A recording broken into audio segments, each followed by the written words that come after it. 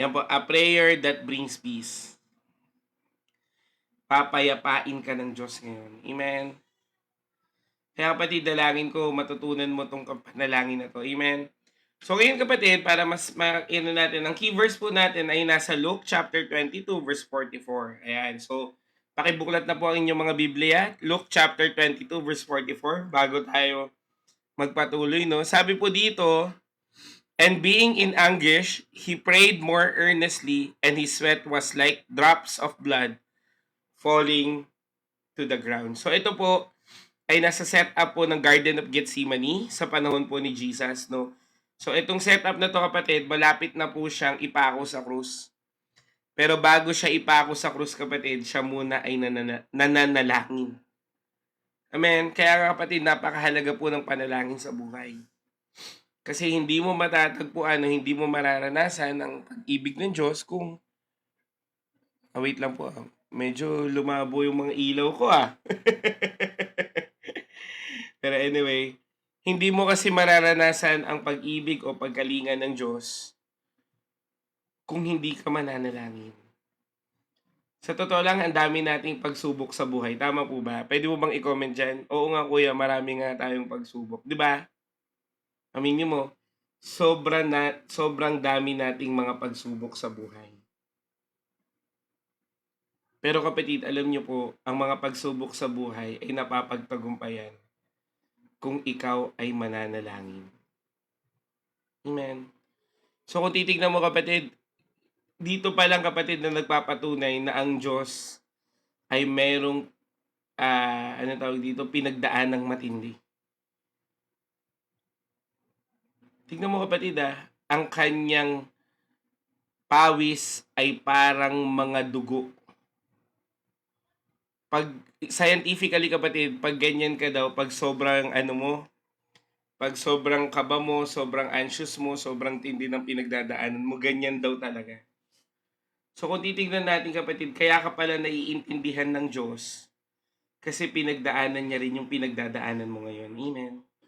Kaya nga actually marami pong purpose bakit bumaba personally ang Panginoon. Hindi lang para iligtas ka, hindi lang para bigyan ka ng buhay na walang hanggan, kundi para patunayan sa iyo na kung ano man ang pinagdadaanan mo, naiintindihan ka ng Diyos. Amen. Kaya kung titignan mo kapatid, ano pong susi? He prayed more earnestly. Amen. He prayed more earnestly. Sabi mo nga dyan, he prayed more earnestly. Ibig sabihin kapatid, earnestly na siyang nagpe-pray, dinagdagan pa niya. Amen. Wait lang po, ay sasaksak ko lang yung ilaw kasi medyo dalaw. But wait lang po. Saglit lang. Pasensya na. Akala ko matagal tumalo.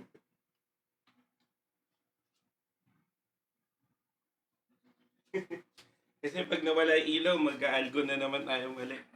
Yan. He prayed more earnestly, kapatid.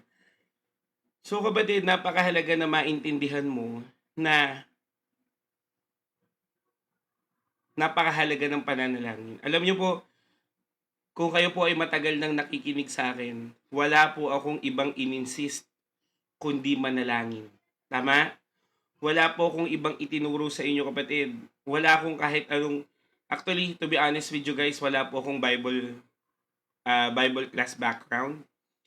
Wala po akong, yung sa school, wala akong ganung background kapatid. Ang tanging meron lang ako yung discipleship ng church namin, yung Bible class ng church namin. At the same time, yung discipleship sa akin sa pananalangin. Kasi sa totoo lang kapatid, pwede kang maging magaling mag-preach. Pwede kang maging malalim sa Word of God. Pero mababaw ka sa prayer. Anong tendency nun kapatid? Ang dami mong alam sa Bible pero wala kang relasyon sa Diyos. Kaya yung iba nagiging mayabang. Amen. Mas gugustuhin pa ng Panginoon na oo, hindi ka ganun ka tindi pagdating sa Word of God, pero nananalangin ka naman. Amen. Kasi tignan mo kapatid, yung wisdom, si Lord naman nagbibigay nun eh. Pero yung endurance, pero yung perseverance at the same time, yung pagkakaroon mo ng buhay sa harapan ng Panginoon, yun ang hindi kayang ituro kasi dapat kusa yun. Amen po ba? Kaya nga kapatid, wala po akong ibang ituturo sa inyo kundi manalangin ka. Kasi pag naturuan kang manalangin kapatid, kakayanin mo buhay. Pag natuto kang manalangin kapatid, mamaniin mo na lang mga problema sa buhay. Bakit? Kasi alam mo na kung saan ka lalapit. Amen? Kung si Kristo nga kapatid, napagtagumpay niya yung krus ng Kalbaryo dahil nanalangin siya, ikaw pa kaya ang liit-liit ng problema mo? Amen?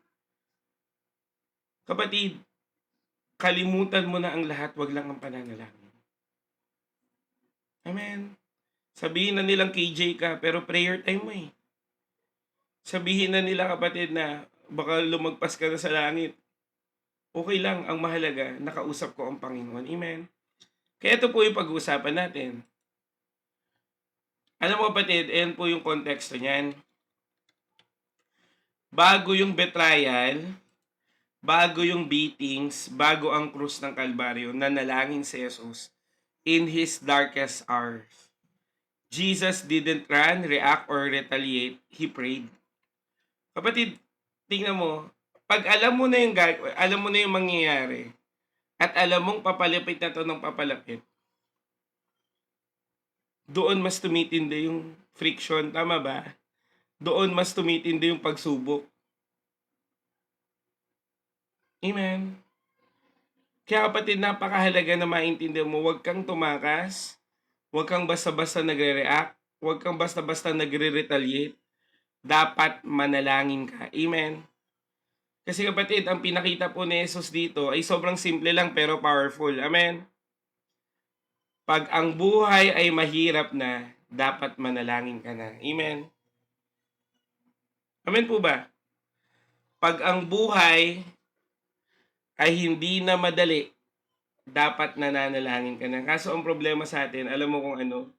Pag problemado tayo, iba outlet natin. Pag namroblema ka, iinom ka.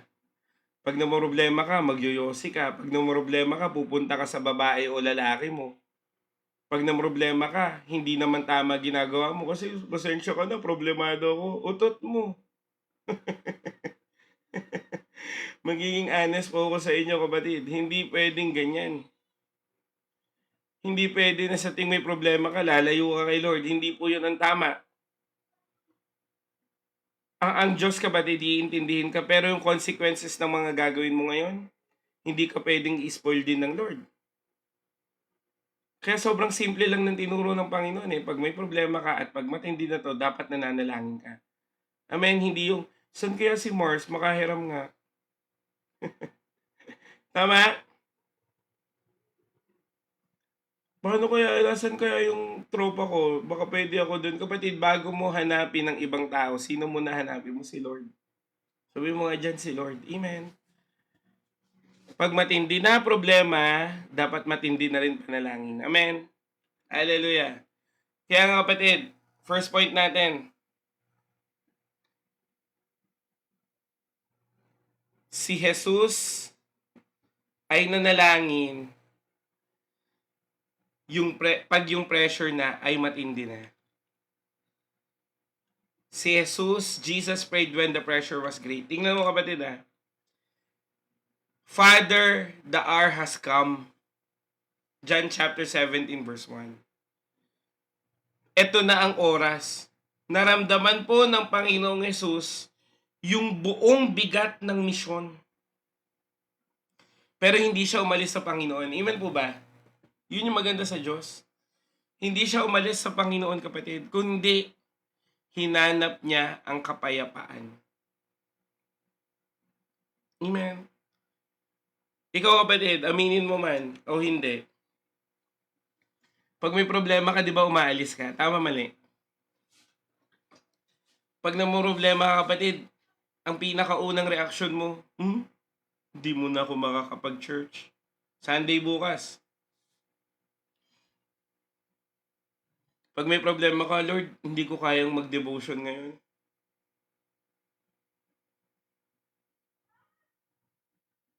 Di ba? Lord, hindi muna ako mag-worship ngayon, di ba? Ganun ka, tama, mali. Itama nyo nga ako kung ganyan kayo. Pag may problema ka, kapatid, nagiging last option mo kagad si Lord. Pero pag halimbawa, di ba, pag ano ka na, pag masaya ka, thank you Lord, mabilis. Pero paano pag problemado? Purihin naman ng Panginoon yung mga before. Amen? Dahil binago na ni Lord. Pero yung mga iba, pero alam mo, sobrang simple lang talaga, ulitin ko. Pag matindi na problema, dapat matindi na prayer. Amen? Pag matindi na pinagdadaanan, dapat hindi na po questionable ang pananalangin. Alam mo, kapatid, may nagchat po sa akin kasi 'di ba, alam ko po sa mga ka-life group diyan na sa GC, 'di ba merong umalis sa life group natin. Sabi niya, nawalan na ng mananampalataya, ganyan ganyan. Umalis siya. Ngayon nakikiusap kung pwede ko daw ibalik. Pero sabi ko sa Panginoon, Lord, leading mo, hindi pwedeng agad-agad. Kasi dapat maintindihan na hindi dapat basta-basta umaalis sa Diyos. Amen. Hindi konting problema, alis ka agad. Ang immature mo. Hindi pwede, kapatid, na konting nasagi ka lang, natampuhin ka na. Sabi mo nga, hindi pwede. Kahit sa buhay, kapatid, hindi lang to para sa isang tao. Kahit sa lahat. Sa totoo lang, kapatid, pag problema ko, matindi na yung pressure, inuhuli mo si Lord, sa totoo lang. Hindi mo inuuna si Lord pag matindi na problema. Iiyak pero lalayo rin kay Lord. Dapat mas lalo kang mapalapit kasi dapat kinikilala mo na ang Diyos ang siyang makakatulong sa'yo. Pwede mo bang sabihin yan? Ang Diyos ang siyang makakatulong sa'yo. Amen? Kasi kapatid, ulitin mo, hindi po pwedeng ganun. Hindi ka matuturuan ng tama kung sa tuwing may problema ka, aalis ka na lang. Hindi pwede na pag may problema ka, hayaan mo na lang si Taning na apak-apakan ka. Pag may problema ka na lang, hindi ka na makausap, kapatid, laban. Sabi mo nga dyan, laban lang. Pag matindi na pressure, dapat matindi na rin pananalangin. Pag matindi na pressure, dapat magbubuklat ka na. Lord, ano ba ang word of God? Pag matindi na pressure, magde-devotion ka maigi, mag-worship ka sa Lord, ibubuhos mo yung buong buhay mo kasi nga antindi na eh. Amen ba? Kaysa naman antindi na ng problema, Lord, alam mo na to ha, ano ka? Hindi mo pwedeng ganun-ganunin si Lord pag matindi na problema mo. Amen. Tingnan niyo po si Hannah. Ano pong sabi ni Hannah? Binubuhos ko ang buong puso ko sa Panginoon. Tingnan niyo si Jesus. Alam niyo po, mamaya pa tong point na to, pero binibigay na ni Lord eh. Ang garden po na kanyang ipinanalangin ay Garden of Gethsemane. And the Garden of Gethsemane, kapatid, it is a place of pressure kasi doon po ginagawa yung olive oil. Doon po nanggagaling yung mga the crushing. Papakatasin, ipe-pressure, doon yon sa Garden of Gethsemane ginagawa. Bakit doon pinili ni Lord? Kasi nga, yun yung crushing moment niya eh. Kaya nga, di ba, mayroon po akong favorite na kanta. Nakalimutan ko yung kanta pero yung bridge yung pinaka-favorite ko, sabi, I lay down my old flames to carry your new fire today. New Wine by Hillsong. Anong sabi doon? In the pressing, in the crushing, it will always produce a new wine. Kaya nga, favorite ko yung bridge kasi, I will lay down my old flames, Lord, to carry your new fire today. Yung ikaw na luma, yung ikaw na problemado, ililay down mo yan sa Panginoon. Bakit? Antindi na eh. Amen? Uulitin ko, pag matindi na problema, dapat matindi na pananalangin.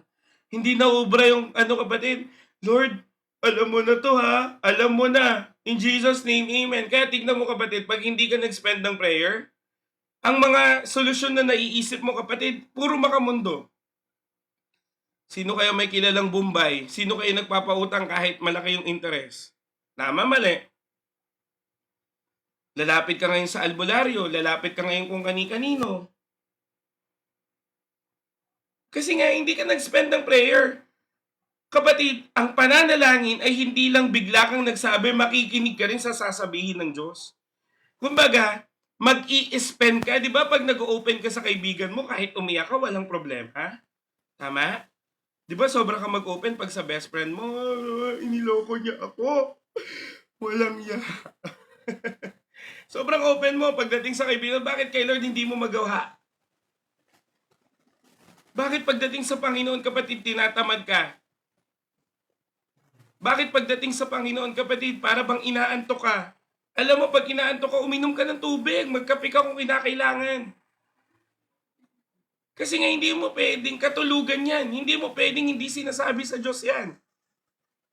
Kaya kapatid, yung iba, wala talagang kalatoy-latoy yung prayer life. Alam mo bakit? Hindi kasi nila kinausap ng totoo si Lord. Nagsabi, iba po ang nagsabi sa kinausap. Tama, mali. Anong pinagkaiba ng nagsabi, kapatid? Ang nagsabi, kapatid, halimbawa, magpapaalam mo kay Ate Ann.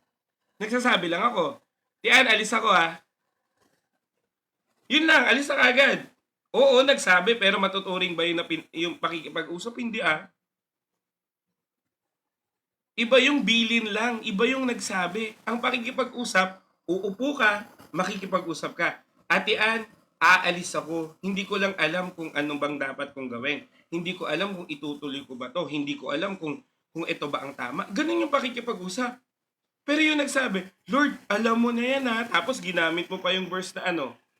Ano pa yung ginamit mo na verse?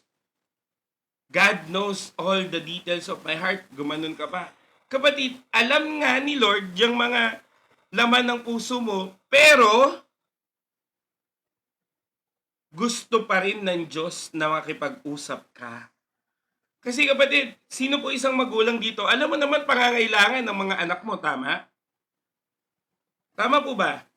Alam niyo pangangailangan. Nakikita mo na kailangan niya ng notebook, nakikita mo na kailangan niya ng ballpen, nakikita mo na kailangan niya ng ano.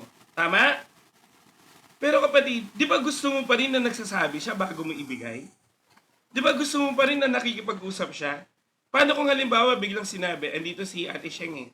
Halimbawa Ate Sheng sinabi sa'yo ng anak mo, Hoy ma, bili mo ko ng ballpen ha. Tapos hindi nakipag-usap, naku baka nabato mo pa yon. Kasi hindi po ganun ang tamang pakikipag-usap. Kung matindi na problema, dapat matindi na rin pakikipag-usap. Hindi ba pag pag-uutang ka, ganito, kailangan ko ng 5K kasi papalayasin na kami sa bahay namin. Tapos, wala pang itutulog yung magulang ko sa akin. Ang tindi mo mag-open pag nangungutang ka. Tama, mali. Galing ko mag-acting, no? Madaling araw na kasi, kaya may acting na eh. Di ba? Ganyan kaya sobrang detailed. Di ba? Pero, halimbawa sabihin niya, sis, o kaya bro, wala akong mapapautang ngayon eh. Okay. Pero baka meron kahit 20 lang. Di ba? Nawawalan ka na ng gana pag ganun. Bakit ko alam? Ganyan ako dati. Pero totoo naman, di ba? Kasi gusto mong i-persuade na pautangin ka niya. O kaya naman kung may hinihingi kang pabor, gusto mong i-persuade na paboran ka niya. Eh bakit sa Diyos hindi mo magawa? Hindi ba't Diyos, kapatid, ang siyang kayang magbigay sa'yo ng lahat ng pangangailangan mo? Amen po ba? Kung ang Diyos ang may kayang ibigay ng pangangailangan mo, hindi ba't dapat mas nag-o-open ka sa Kanya ng totoo? Ipo-persuade mo ang Diyos para ba pagbigyan yung mga panalangin? Ako kapatid, ganun ako mapag-usap. Sabi ko nga sa inyo, ang prayer life ko kapatid, conversational prayer na. Lord, ito yung gusto ko eh, pero ano bang plano mo? Kanina kapatid, pumunta po ako ng Robinson kasi nga, naghahanap talaga ako kapatid. Wala akong makita, mga tripod. Hanap ako ng mga camera. Kasi nga gusto kong i-improve kahit pa paano. Kasi nga, di mo, pag tong table na nasagi ko, naglalag eh. Tapos kanina, nakita ko kapatid na meron akong pangangailangan na polo. Sabi ko, Lord, preacher ako bukas. Sabi ko, bibili ba ako ng bagong polo? Simpleng polo lang naman. Alam mo, wisdom ni Lord, wag muna, Jerome. Kasi hindi ka naman magpopolo ng long sleeve kasi mainit pa sa church. Wisdom ni Lord. Sabi ko, okay po. Alam mo kung ano nabili ko? Bumili po ako notebook. Bumili ako ng plastic cover kasi yung mga Bibles na wala akong cover, aanuin ko. Bumili ako ng pang-highlight, pang-devotion. Tapos bumili po ako ng maliit na bag na lang. Kasi lagi po ako nawawalan dun sa maliit kong bag. Kasi di ba may body bag ako? Lagi ako nawawalan dun. Sabi ko baka kailangan ko na i-backpack. Sobrang dami ba? Pero hindi naman yung talagang lagi ko na nami-misplace. Halimbawa, akala ko nailagay ko yung cellphone ko doon, hindi ko nailagay. Mga ganun ba? So kung titignan mo kapatid, kung walang wisdom ni Lord, yung gusto ko ang susundin ko, pero hindi nga kalooban ni Lord. At ganun din kapatid, sa totoo lang, kung ako po tatanungin niyo. Kasi minsan kapatid may connotation na, uy, ang dami ng viewers, mayaman na siguro yan. Ganun ba? Kala tuloy ng iba, ang yaman-yaman ko. Mayaman ako kay Lord, no? Hindi ako mayaman sa pera. Kay Lord ako mayaman. Amen. Ngayon kapatid, ako rin, may bill din akong binabayaran. Upa namin kapatid, 7,000. Tama, 7K. Kuryente namin halos 2K, 3K. Tubig pa, 1K, 2K. Pag malapit na po yung due date ko kapatid, tapos hindi pa dumadating yung mga inaasahan ko.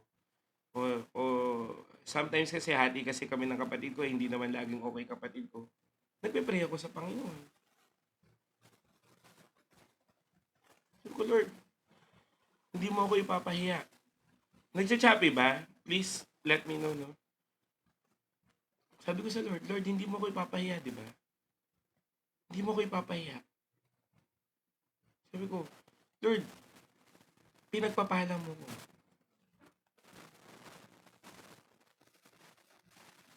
Amen. Kasi sira na tong sound card ko, pwede di pasensya na.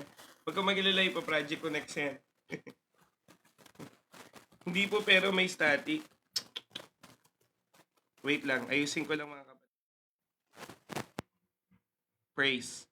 Yan, okay na? Nawala na yung static. Ayan, kasi kailangan ko siya galaw-galawin eh. Ayan, wala na po. Yan, praise God. Di ba? Medyo technical rin tayo eh. Pero yun nga, di ba? Kaya sabi ko, Lord, ito. Yan, katulad yan. Actually, kapatid, hindi po ako nape-pressure sa inyo, no? Nape-pressure ako sa harapan ng Panginoon kasi gusto ko maganda yung setup natin.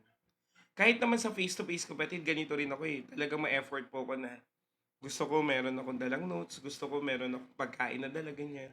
Pag hindi ko nasusunod yung para bang standard ko, para bang nape-pressure ako. Pero alam mo, batid lagi ko na sinasabi sa Panginoon, Lord, alam mo yung puso ko sa ganito.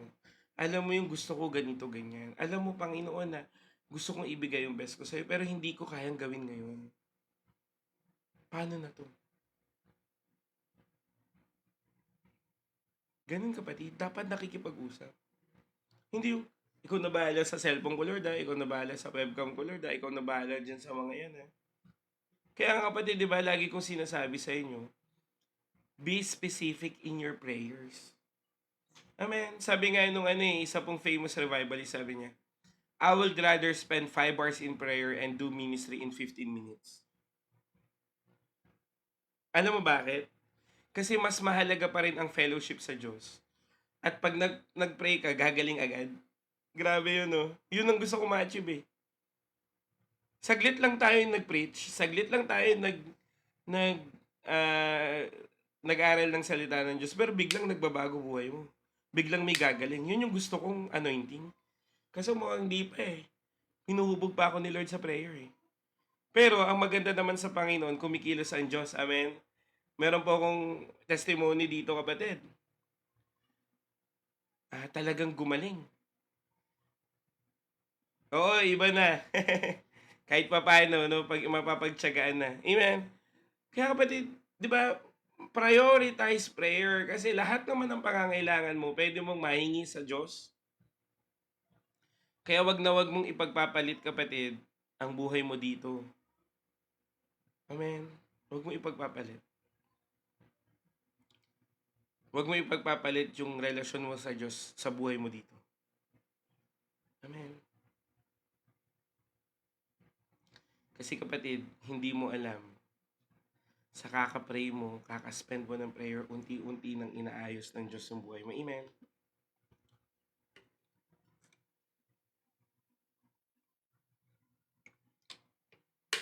Mabuti si Lord kapatid at mananatiling mabuti ang Diyos. Pero sana, 'wag mong i-take advantage ang grace ng Diyos na minamaliit mo na lang ito. Ang dami nang mamaliit po sa grasya ng Diyos, sa totoo lang. You are taking lightly the grace of God. Pag wala kang pakialam, kung magkakamali ka, wala kang pake. Pag di ka nakapag-pray, kapatid, para bang, sorry Lord, di ako nakapag-pray ngayon kasi pagod ako eh. Yung wala nang effect sa'yo ang Diyos, kapatid, kalyos na yan. Alam mo yung kalyos? Sa Tagalog, kalyo na. May kalyo na yung puso mo. Kaya kahit anong cut diyan, hindi tumaabot sa puso mo kasi sobrang kalyo na. Anong kailangan gawin ngayon? Punitin. Kaya nga 'di ba pag sobrang kalyo na ng puso kapatid, ang tindi na ng pinagdadaanan mo kasi kailangan ng hatakin yan, punitin kapatid para mawasak yan at buuhin na lang ng Diyos. Hindi mo siya pinapansin eh. Alam mo kapatid, ang complacency, ang disobedience, at ang stagnant. Kahit maliit na stagnant lang, kayang ano tawag dito, i-contaminate ang malinis na tubig. Kahit na maliit na complacency lang kapatid, kaya mong mag-relax at hindi mo napapansin malayo ka na pala kay Lord. Konting disobedience kapatid can cost you so much. Tingnan mo kapatid, meron pong nag-open sa akin. I know mga ano na kayo. Mga matured na kayo mag-isip. Meron nag-open sa akin. Nakipag-usap lang siya sa babae. Isang usap lang. Nagkaroon na ng disobedience at nag-cheat na siya. Sabi niya, hindi naman ako ganitong tao pero nadala ko. Kasi nga, ano nangyari? Hindi mo nga kasi inintindi si Lord. Alam mo kapatid, bago ka magkasala, sobrang daming reminder sa'yo ng Diyos. Tama mali. Huwag mo ituloy yan, ganito consequences niyan, ganito yan. Pero ikaw, hindi mo pinapansin, tinutuloy mo pa rin. Tama mali. Ang daming paalala sa'yo ng Diyos bago ka magkamali. Pero hindi mo pinakinggan. Kasi nga, wala ka ng pakialam. Kalyos na eh. Kaya nga kapatid, anong kailangan mong daanin? Daanin mo yung pinakamatindi para maintindihan mo na ang kailangan mo lang ang Diyos. Tama, mali? Kaya tingnan mo kapatid, most of you guys, ito sa 247 na nandito, kaya ka nag-i-stay. Kasi kailangan mo si Lord, di ba? At ganun ang tao kapatid. Lumalapit lang sa Diyos pag may kailangan. Sana, paglapit mo ngayon, umokay ka na, amen? Hindi ka na aalis ulit. Kasi naranasan mo na ang langit. Amen? Pero ang tinuturo sa'yo ng Diyos, simple lang. Sabi mo nga dyan, simple lang. Sa sobrang simple, kaya mong intindihin. Anong simple lang, kapatid? Ano pong ibig sabihin ng Diyos na simple lang? Manalangin ka lang. Sobrang simple. May bayad ba mag-pray? Wala. Tama? Tama ba? Walang bayad pag-pray. Mahirap bang mag-pray? Hindi. Nakakatamad mag-pray? Oo. Kasi tamad kang tunay. Tamad din akong tunay. Pero, kung kikilalanin mo na ang Diyos at ang pananalangin ang siyang nagbibigay sa iyo ng buhay, hindi mo to kakatamaran. Bakit? Kasi ito ang nagbibigay ng buhay eh. Tama? Kaya kapatid, lagi mong itatak sa puso mo at sa isip mo, kahit nakakatamad, kailangan ko to eh. Trabaho nga, tinatamad kang pumasok pero pumasok ka pa rin. Bakit? Kailangan mo ng sweldo eh. Tama? Tama. Kaya kapatid, napakahalaga na hindi mo kakatamaran. O tingnan mo si Angel, mahaba mag-pray. Kaya nung nagpunta yan sa DOH, meron kagad dyan guarantee letter. Amen? Inuna mo kasi yung pabor ng Diyos. Ulitin ko I would rather spend 5 hours in prayer and 15 minutes in ministry. Amen? Ang mahalaga nakausap ko si Lord. At ako kapatid, ito po yung natutunan ko kay Pastor Bong Saki ng CCF. Hindi ako nakikinig sa kanya ng yung kasi alam niyo kapatid, pag preacher, wala na kaming time manood ng ibang mga preaching kasi kailangan naming mag-ayos ng aming mga notes, no? Kaya ang ginagawa namin, pinapanood na lang namin yung buong mga highlights. Alam niyo kung ano natutunan ko kay Pastor Bong? Sabi niya, tinanong ko sa kanya, Pastor Bong, what is prayer for you? Sabi niya, prayer is a conversation to God na you are earnestly talking to Him. Alam mo kapatid, anong sabi niya? Hindi ako tumitigil manalangin. Yun yung ginagawa ko ngayon. Sabi niya, naglalakad ako, nananalangin ako. Kakausapin ko to, nananalangin ako. Pupunta ako sa ganito, nananalangin ako. Itatanong ko ang Diyos, sasabihin ko sa Kanya lahat ng nararamdaman ko. Pagod ako ngayon, mahina ako ngayon. Ganun ang ginawa ko, inadapt ko sa buhay ko kapatid. At hindi po ako nagsisisi. Bakit? Kasi hindi po ako pinahiya ng Diyos. Lahat po ng meron ako ngayon, bunga lang to ng panalangin. At wala pong ibang pwedeng mapurihan kundi ang Panginoon lang. Kaya tayo lumaki, alam mo kapatid, para po sa mga kaalaman ng mga bago namin kasama, nag-umpisa po ako dito. 5, 4, 10, nagmamakaawa pa ako mag-comment. Pero dahil ako ay may ginawa sa Panginoon na may kasamang panalangin, pinalaki ng Diyos. Ako sa akin, malaki na to. Amen. May pressure sa buhay kapatid, mas na-pressure nga ako nung lumaki ministry ko eh. Kasi sa totoo lang kapatid, kala nyo po madali lang buhay ko, no? Hindi. Araw-araw po ako nakaka-receive ng pangbabash, sa totoo lang. Pag tinignan nyo po yung message request ko kapatid, yung iba doon mura. Yung iba doon talagang discouragement. At hindi lang yan, may discouragement pa, even face to face.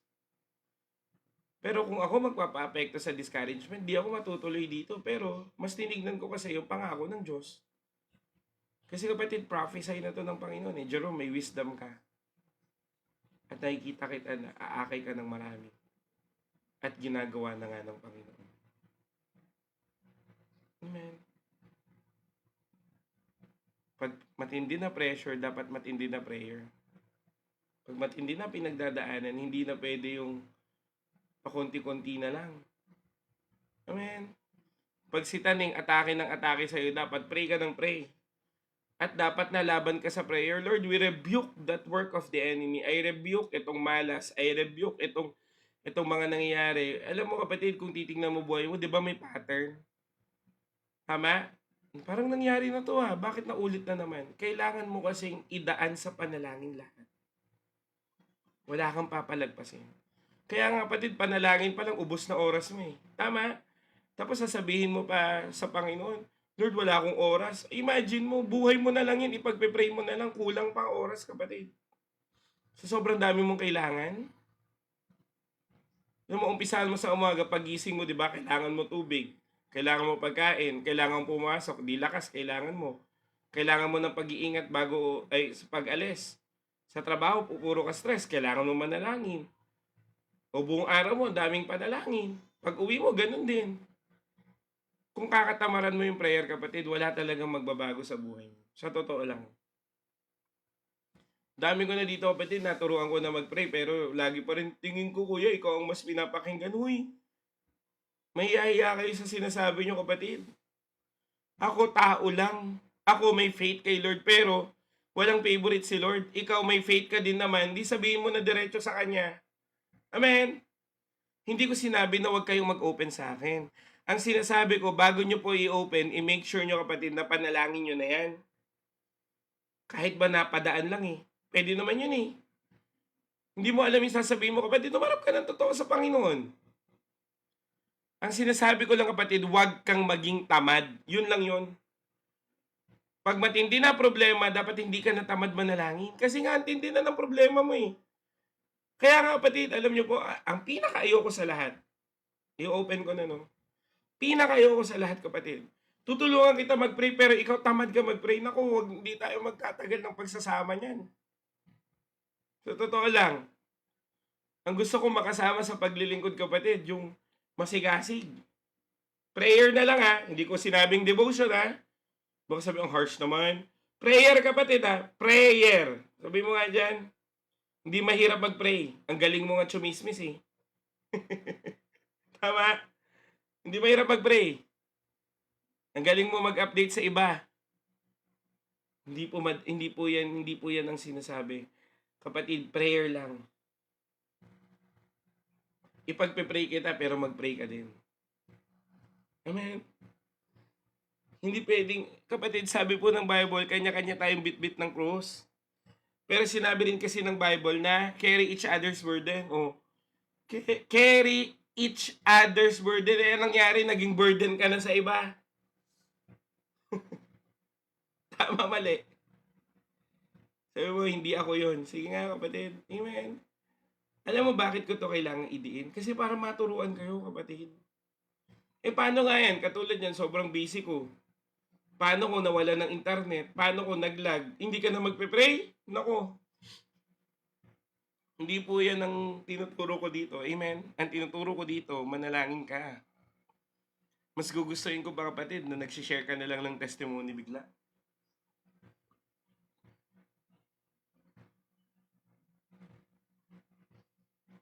Amen.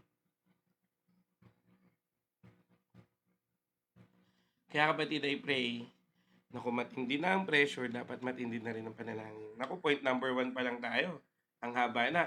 Kaya mo pa ba? Tingnan mo ha. Second point. Jesus prayed with deep, painful intensity. Sino po dito taga Mindanao? Taas nga po kamay. Nga po, taas po kamay. Sino po yung taga Mindanao? Yung nilindol po ng 7.2 ba? Or 8? Tama ba ko, Ate Sheng? Ano yun? Anong intensity yun? 7 ba? 7 or 8? 7.2 kung di ako nagkakamali. Sige nga.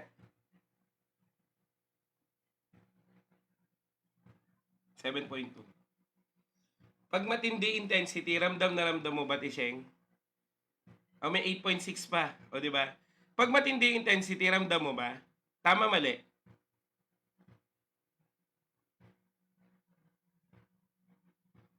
Amen. Ramdam mo, di ba? Pwede ba yung sabihin, 7.2 intensity? Huh? 7.2 ba yan? Ramdam, di ba? Ganun din sa pananalangin, kapatid. Yuyug-yugin mo ang langit sa panalangin. Lord, kailangan kitang sumagot. Kailangan ko ng pagsama mo. Kailangan kita. Masakit tong nararamdaman ko, Lord, pero ibubuhos ko sa'yo kasi ikaw ang kailangan ko. Ganun dapat. Hindi yung, ang sakit. Ah! Sa si kumare. Naku, pag ganyan ka, kapatid, walang dating sa langit. Dapat yuyug-yugin mo yung langit kasi nagpipimilit ka eh. Amen. Tingnan niyo po, ano po sabi nung parable ni Jesus. Di ba merong corrupt na judge at meron pong widow na nanghingi ng justice. Anong sabi nung widow dun sa judge? Judge, kailangan ko ng hustisya. Judge, ito pala, kahoy pala to. Judge, kailangan ko ng hustisya, Judge. Judge, kailangan ko ng hustisya, Judge. Judge, kailangan ko ng hustisya, Judge. Sabi niya, tama, mali. Anong sabi ng judge? Sasagutin ko siya hindi dahil compassionate ako. Sasagutin ko siya hindi dahil mahabagin ako o mabait ako. Sasagutin ko siya kasi ayaw ko nang gambalain niya ako. Niyugyug niya yung judge para lang sagutin siya. Anong sabi ng Bible? paano pa kaya ang Ama mo sa langit na marunong magbigay ng tamang kaloob sa'yo? Kapatid, kulitin mo ng kulitin si Lord. Hindi para magreklamo, kundi Lord, sumagot ka na. Ang tindi na ng problema ko, kailangan na kita. Kaso ang problema, pag matindi anong sinasabi? May ganito kang script. Lord, paranas naman ako ng answered prayer mo. Tagal ko nang nagpe-pray. Nako, yung angel mo nakaganyan, oh. Ay, nako, tagal na nag-pray. Bumitaw pa. Sabi sa ng angel mo, aray mo.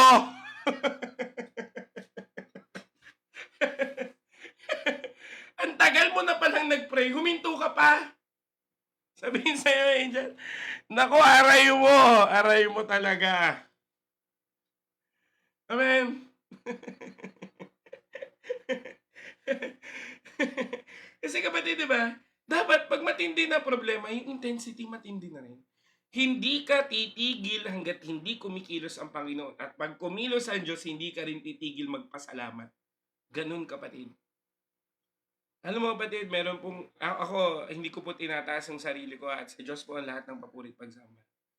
Pag meron nagsabi sa akin, Kuya Jerome, I will help your ministry. Alam mo, kapatid, kulang na lang i-flood ko siya ng salamat po talaga, thank you po talaga, salamat po talaga. Bakit ganun? Alam mo bakit ganun? Kasi nagpe-pray ako sa Diyos eh. Nasabi ko, Lord, bigyan mo ako ng mga kapatid na may puso po sa gawain. Kaya, ang tindi ng prayer ko, di ang tindi din ng pagpapasalamat ko, hindi ako titigil. Eh ikaw, pag may problema konti, nawala na intensity. Pag sinabing intensity, niyuyugyug. Amen? Hindi pala problema ko, dapat mas matindi rin prayer ko. Amen? At kahit masakit, kapatid, tutuloy ka pa rin sa Panginoon. Tingnan mo, kapatid, pakita ko sa inyo. Tingnan si Jesus. Jesus prayed at Gethsemane, a garden at the foot of the Mount of Olives in Jerusalem. It was a place where olives were crushed, pressed to extract oil. Just like olive must be crushed to produce oil. Jesus was crushed in spirit to bring us salvation, kapatid. Ano sabi dyan? Jesus was in such deep anguish that he sweat like drops of blood. His soul is being pressed in the Garden of Gethsemane. Eh ikaw, konting problema, ayaw na. Amen. Konting ganito lang, natapik lang ng kapitbahay. Lord, kinakawawa na nila ako. Walang kwenta buhay to. Diba may script kang ganyan? Tama? Ayoko na sa Diyos. Hindi niya ako pinapakinggan. Tapos may script ka pang ganito, hindi naman ako masamang tao, hindi ako nagnakaw, bakit ako yung ginaganito ng pagkakataon? Tama, mali? Di ba? Tinitignan mo yung iba, tinitignan mo yung nagawa ng iba. Tinitignan mo, kinukumpara mo yung sarili mo sa iba. Mabait naman ako. Di ba, Lord, tumulong pa ako kahapon? Bakit ako yung ganito? Ganyan. Kapatid, sa Garden of Gethsemane, tinanggap ni Lord lahat, kahit mahirap. Amen. Kapatid, ulitin ko huwag mong sukuan ng isang buhay na hindi sinukuan ng Diyos. Amen. Hindi sinukuan ng Diyos ang isang buhay. Kaya huwag mong sukuan. Tinuloy niya, Tinuloy niya. Kaya rather than, kapatid, na magdrama-drama ka dyan ba, lumaban ka sa prayer. Lumaban ka. Sabihin mo sa Lord lahat. Ako, kapatid, sampulan ko kayo. Sa totoo lang, kapatid, meron po akong struggle nitong mga, siguro 1 month na rin. Ang pinakaayaw ko po sa paglilingkod ko, yung mamaliitin o i-disrupt yung integrity ko. Kaya nga, kapatid, alam niyo po yan, sobrang ingat ko. Tama, mali. Kung kinakailangan na, ibigay ko pa pati mga resibo sa inyo para lang maingatan ko integrity ko. Kasi ayaw kong Ayokong mawala lahat ng pinaghirapan ko sa Panginoon kaya sobrang ingat ko. Pero alam mo kapatid, ang masakit kasi yung falsely accused eh. Tama. Hindi po ako inaccuse sa pagdating sa money, no? Pero inaccuse ako kapatid pagdating sa paglilingkod ko. Ako hindi perfect. Ako pag nagkamali, nagsasorry.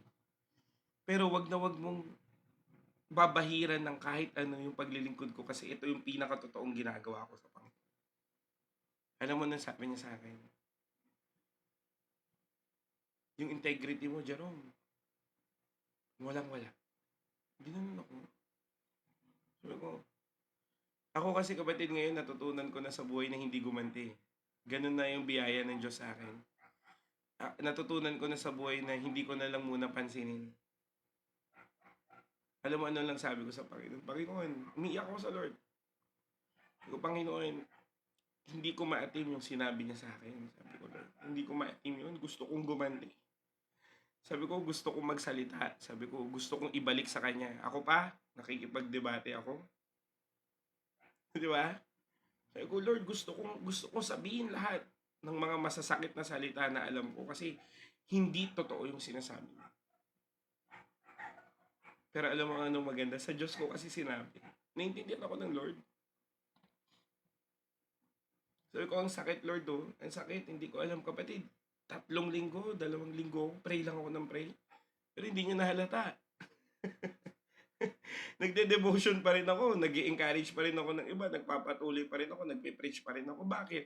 Kasi yung darkest moment ko, yung pressing moment ko, hindi ko binroadcast, kundi inayos ko sa harapan ng Diyos. Sabi ko, kung may pagkakamali ako, Lord, itatama ko naman eh. Sabi ko sa Lord, alam mo yan, Lord, willing nga akong itama eh. Alam mo yan. Sabi ko sa kanya, alam mo Lord, nagsorry na ako ng sobra. Niregret ko na. Alam kong naparusahan na rin ako. Alam mo yung effort ko. Sabi ko, alam mo yung mga pinagagawa ko. Alam mo yun, Lord. Sabi ko sa kanya. Sabi ko talaga kay Lord. Pero hindi niya yung nakita. Gusto ko pang magdiga ka ba din? Sabi ko, Lord, di ba? Pinag-pray ko pa. Inabot ko pa. Tinulungan ko pa. Ganyan talaga kapatid. Ganun ako nagsabi. Bakit ganito, Lord? Sabi ko sa Lord. Bakit ganito? Sabi ko talaga. Alam mo, kinausap lang talaga ako ng Diyos. Alam mo, nasabi sa akin ng Panginoon. Nothing is wasted in the kingdom of God. Hindi liko ang Diyos para kalimutan niya ang lahat ng pag-ibig na ginawa niya para sa iyo. Amen. Kaya sobrang totoo yung Hebrew sa akin. Hindi ka man ma-appreciate ng tao, pero na-appreciate ka ng Diyos. Kaya ang ginawa sa akin ng Panginoon, kapatid, tignan mo, ang daming nagpapa-prayer request sa'yo. Tignan mo, ang daming gustong mag-bless sa'yo. Tignan mo, ang daming gustong makinig sa'yo, Jerome. Pakinggan mo yung mga taong gustong makinig sa'yo. Sabi sa akin ng Lord, alagaan mo yung mga pinapaalagaan ko sa'yo. Kaya kapatid, nung natuto na ako, naku, alam ko na kung sino ang pinapaalagaan sa akin ng Diyos. Itong online ministry, so much risk. Sa totoo lang, kapatid, medyo dumadami yung followers natin sa Blue Up 2K na. Ang dami ha. Pero alam mo kapatid, there are so many attempts na gusto akong iskamin. Imagine mo kanina nasa meeting ako kapatid. Please, urgent, please, answer the phone. I'm losing my faith to God. Kung ako walang discernment, sasagutin ko eh. Pero sabi ng Lord, tanong mo pangalan niya. Hindi siya nagsasabi. Wala. Diba? Patawarin ako ng Panginoon kung nagkamali ako sa part na yun. Pero tinext ko, sabi ko, I will pray for you right now. You do not need to call me. I am just going to pray for you. Amen. Kaya kapatid, kung titingnan mo, may pagdadaanan talaga. Amen. May kabigatan talaga. Hindi naman madali ang buhay. Kay Kristo o wala, mahirap na ang buhay. Pero, ang pinagkaiba natin sa mga walang Kristo, tayo ay may Kristo, kaya tayo ay payapa kahit na bumabagyo pa. Ang kailangan mo lang kapatid, makipagniig ka sa Diyos. Tingnan mo anong ginawa ni Jacob, kapatid. He wrestled with God. Anong sabi niya? I will not let you go until you bless me. Dapat ganun ka rin sa prayer. Lord, I will not stop praying to you until you bless me. I will not stop, Lord God, praising your name until you bless me. And if you bless me, Lord, I will still follow you. Amen. Huwag kang bibitaw hanggat walang ginagawa ang Diyos.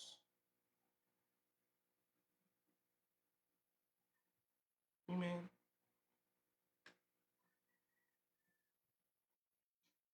O, ito mo yan, katulad niyang escape. Bakit ka ba nananakit? Bugs. Ay, teka lang, may paparinig ako sa'yo. Dahil dyan, bye-bye. Di mo na ako makikita ever.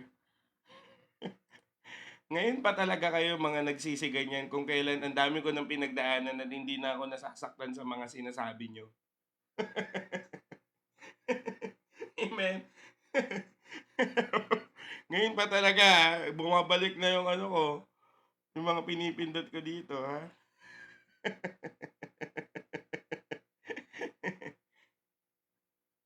Diba? So, alam mo kapatid, sa paglilingkod, hindi naman, o diba? Meron talaga kapatid, kaya nga kapatid, mag-iingat po kayo sa mga nangihingi.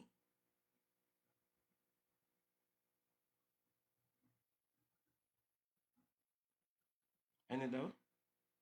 Pa-shoutout ako sa tropa ko, Chino Pakoto. Eh, ba't kayo nagpapa-shoutout? Sino ba ako? Tsaka bakit mo ko inuutusan? Shoutout kay si Gabo. Kay Gabo kayo magpa-shoutout. De-devotion kami dito. Sino ba yun?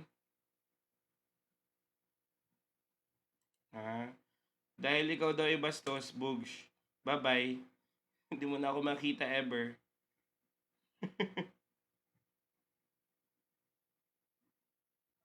Okay.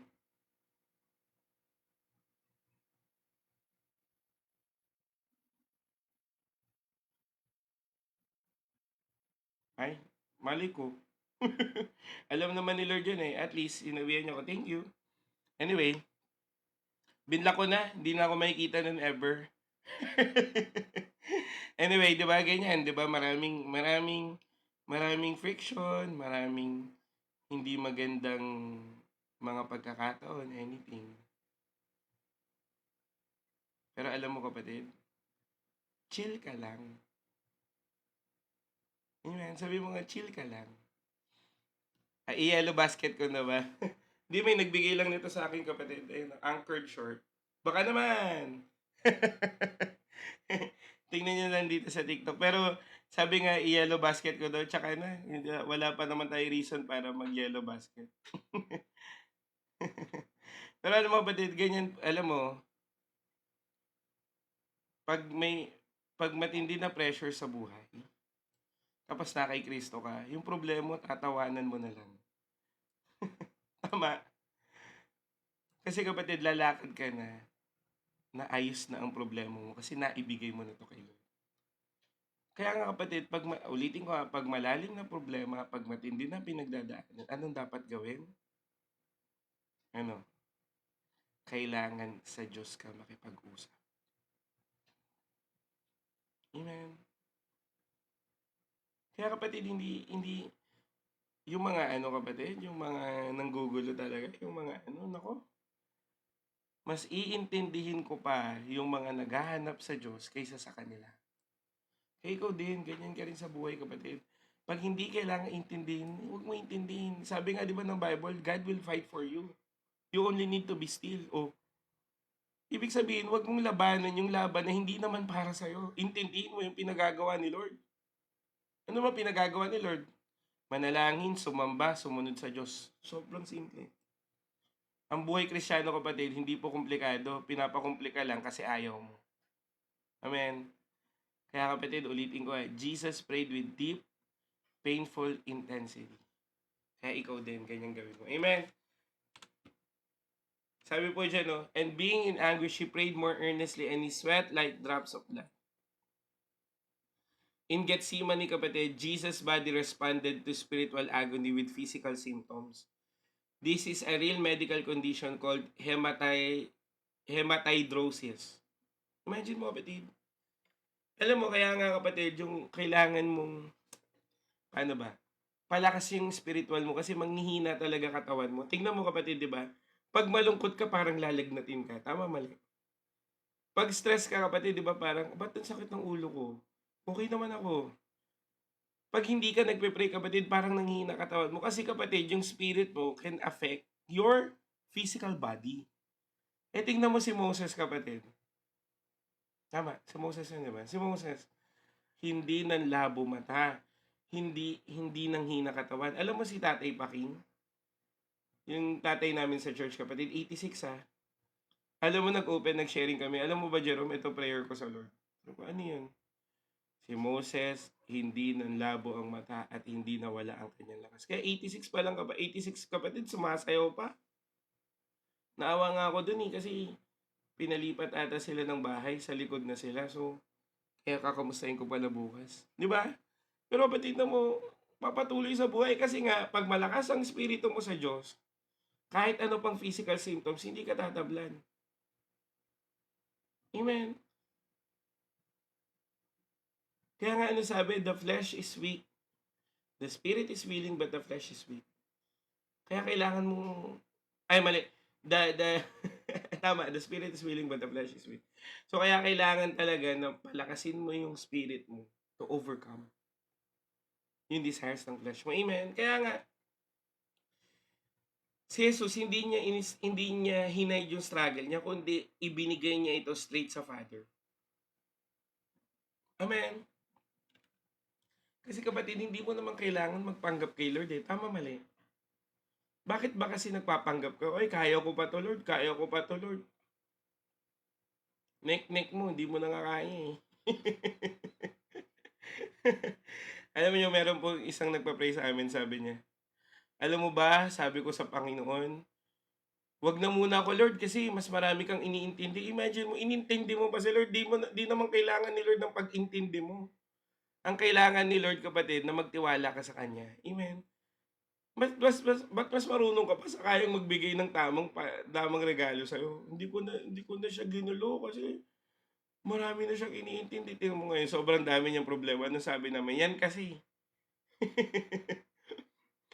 wag mong hayaan na hindi ka na tumatawag sa Panginoon kasi nga kailangan mo si Lord. Ano pong sabi ng John?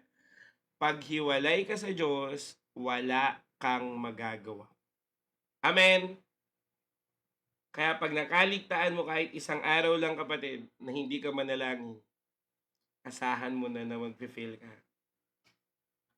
Amen. Alam mo, naniniwala ako why we are stable.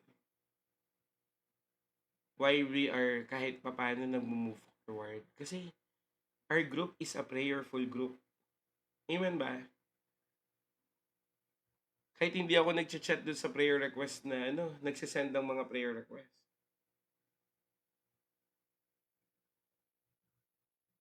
Amen.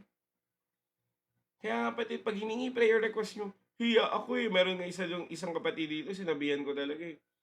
Sabi ko, huy, ba't ka nahihiya? At tingnan mo ngayon, imbis na sana na hindi na natin pinagpe-pray ngayon, pinagpe-pray pa natin tuloy ngayon. Kasi nga, late mo na nasabi. Kaya pag hiningihan kayo ng prayer request kapatid, wag naman kayong tamad-tamad na magbigay ng prayer request. Ako nga, prayer request sa inyo. Bakit? The more prayer, the more answered prayer. Amen. Kaya pag hiningi yung prayer request nyo, ayoko nga. Secret lang namin to ni Lord. Mas maraming naka-back up sa prayer kapatid. Mas maganda. Ito mo yung upper room. Nagtulungan sila mag-pray, di ba? Tsaka ba't kayo naiya? Ichichismis ko ba kayo? Hindi ko nga kayo kilala eh. Biglang napitik, no? Di ba?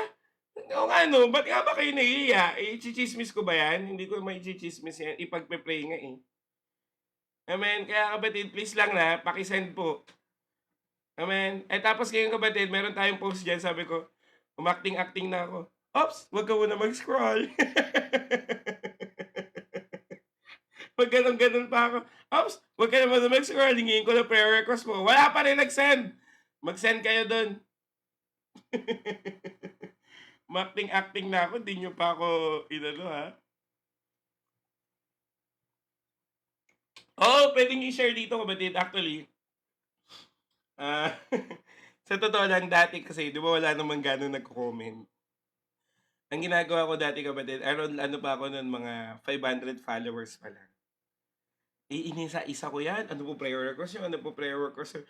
Nung dumami na, naglalag na yung cellphone ko. Sabi ko, Lord, hingiin ko na lang agad. Lord, hingiin ko na kapatid. Huwag na kayong magtampo kung hindi ko kayo minessage.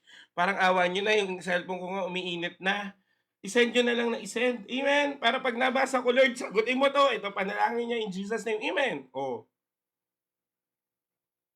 Lagi ko sinasabi sa inyo at lagi kong tinuturo sa inyo kapatid, kung ang panalangin ang siyang nagbibigay ng buhay, wag na wag mong kakatamaran to. Mamaya magbibigay ako prayer request kapatid. At sana naman isin nyo naman. Amen. Amen. Ay, magkasundo tayo ha. Parang awa nyo na. Mag-send kayo ng prayer request. Amen. Lord, I pray sa aking kapatid na makapasa po siya sa final interview niya in Jesus' name. Amen. Sobrang simple. Ang mahalaga na ipanalangin natin sa Panginoon. Amen. Hallelujah. Palakpakan naman natin si Lord. Third. So, ako, third na. Hanggang 5 to eh. Kaya nyo pa? Mapapahaba tayo nito. Third point. Jesus prayed for the people in His life. Wow!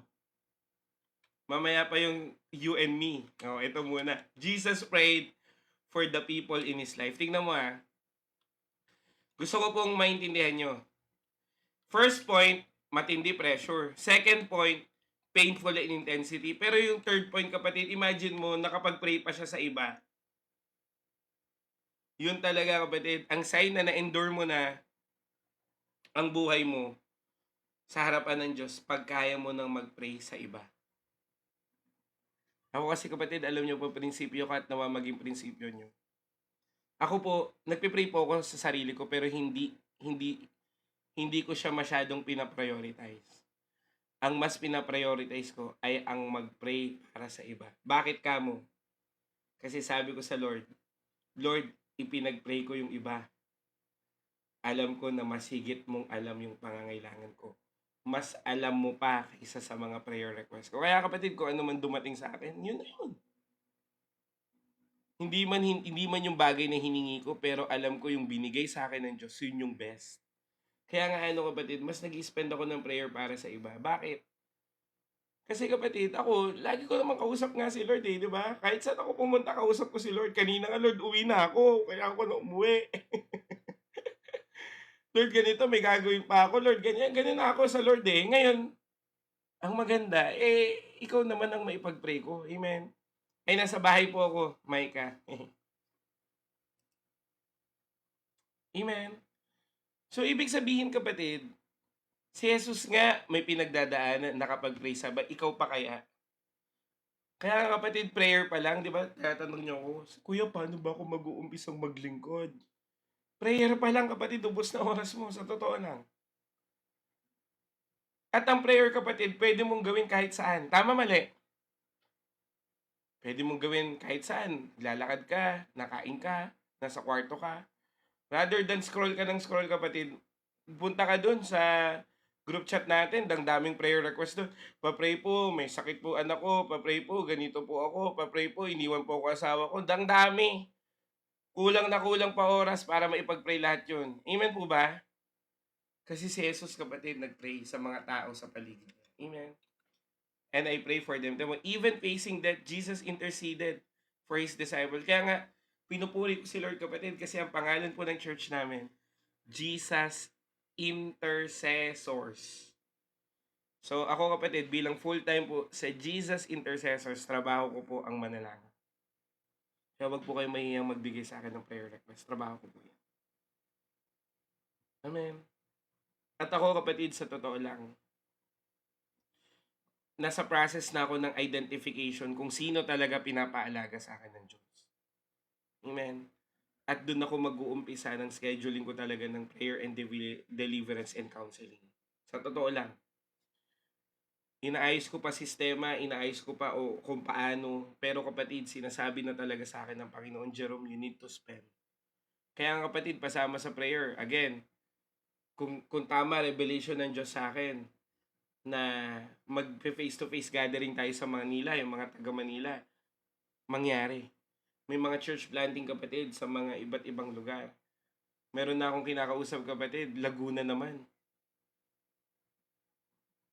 Pinapatawag na ako sa Laguna kapatid. Amen.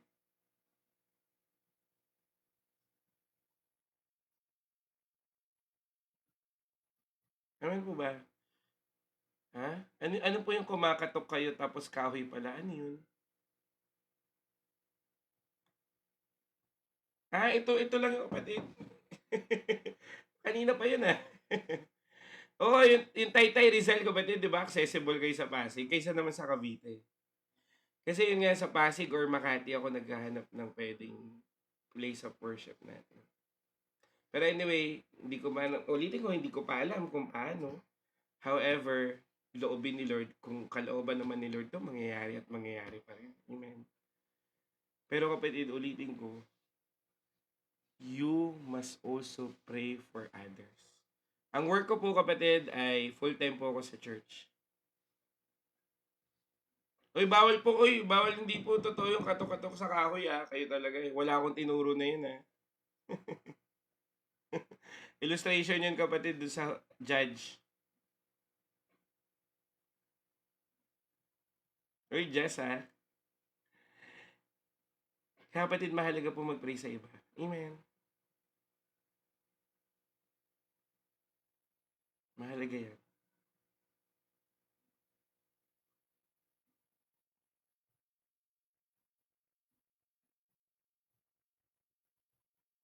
Kaya kapatid, dalangin ko sa'yo, magkaroon ka ng puso.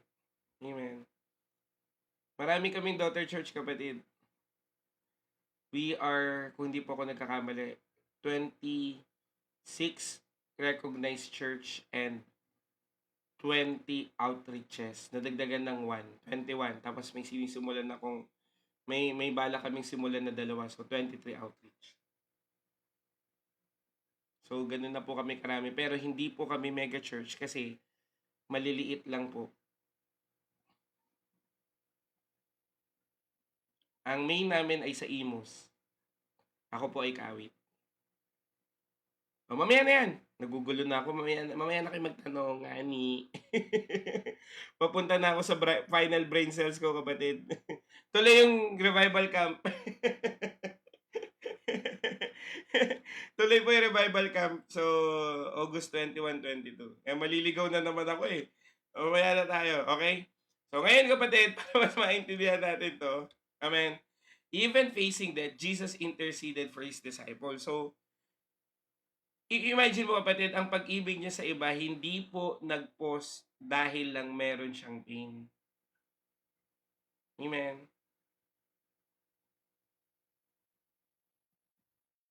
Kaya kapatid, kung titignan mo, hindi po dahilan yung pinagdadaanan mo para huminto ka sa Diyos. Kasi si Lord mismo, hindi siya huminto kahit na nasa Garden of Gethsemane siya. Ikaw, sobrang immature mo. Sorry talaga ha. Ito na talaga yung word ng Lord eh. Ang immature mo nga ni. Kasi konting problema nga ni. Hindi ka na nag-church nga ni. Sana nabago yung isip mo kasi alam ko bukas wala kang planong magsimba. Ako po ay ang iyong konsensya. Magsimba ka bukas. Amen? Huwag mo idahilan. Napuyat ako kay Kuya Jerome. Matulog ka na kapatid. Kahit di pa tayo tapos. Kung yan ang idadahilan mo. Amen? Kaya kapatid, don't let personal pain stop you from praying for others. Prayer is how love breathes even in suffering. Amen. Kahit na ba may problema ka, kahit na ba may personal pain ka, huwag mong hayaang pahintuin ka nito sa pananalangin mo para sa iba. Kaya nga kapatid, kung titingnan nyo, masasabi mong matured yung faith mo kapatid pag marami kang problema pero tuloy ka pa rin ngayon.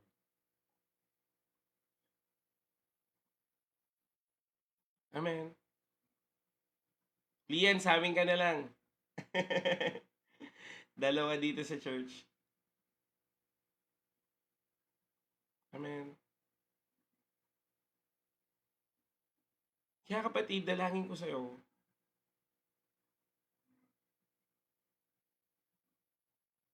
lagi kang mag-pray para sa'yo.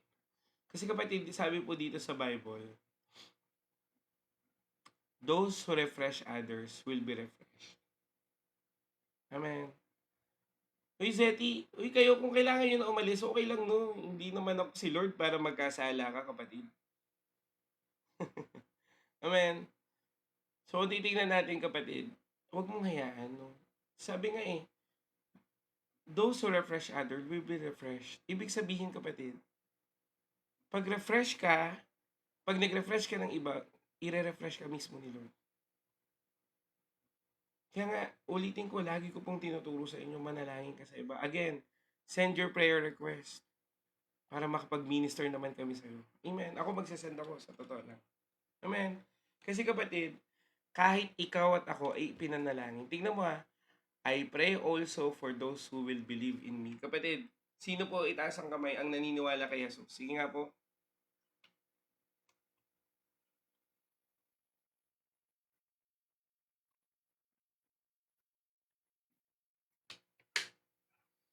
Naniniwala kayo kay Lord, di ba?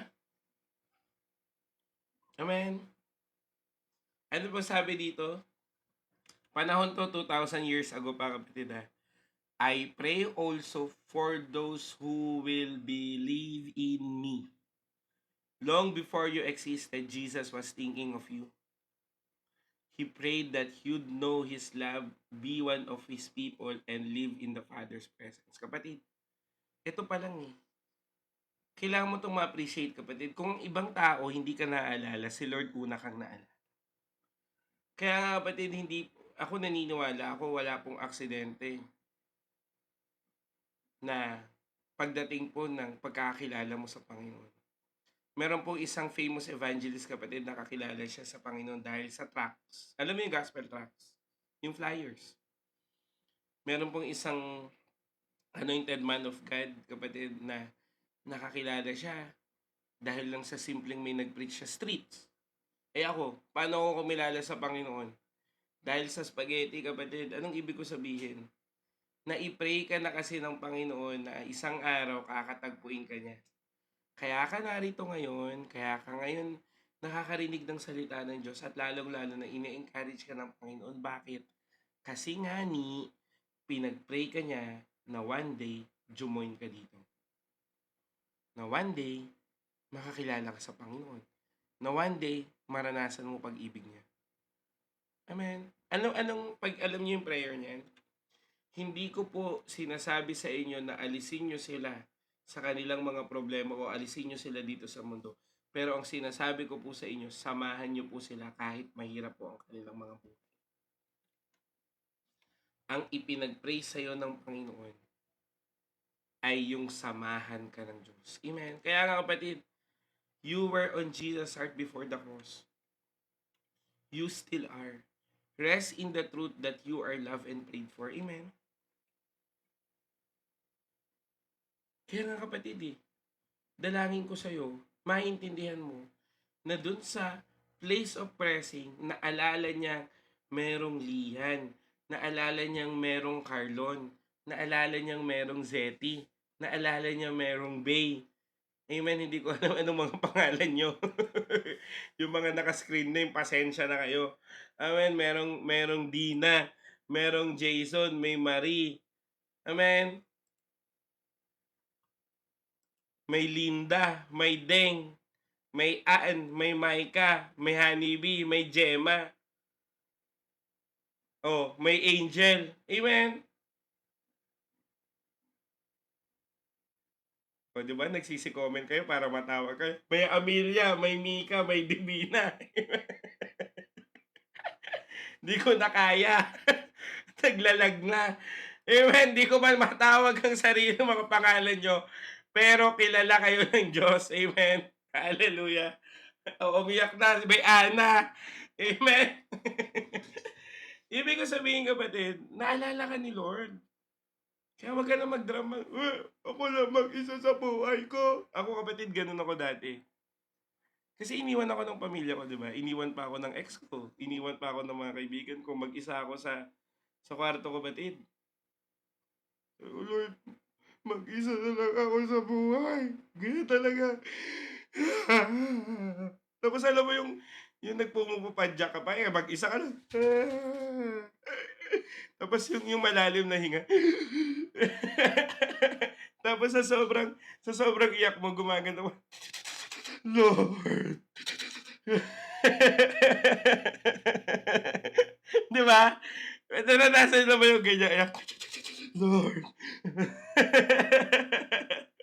Gano'n ako gano'n ako ka-drama dati, kapatid.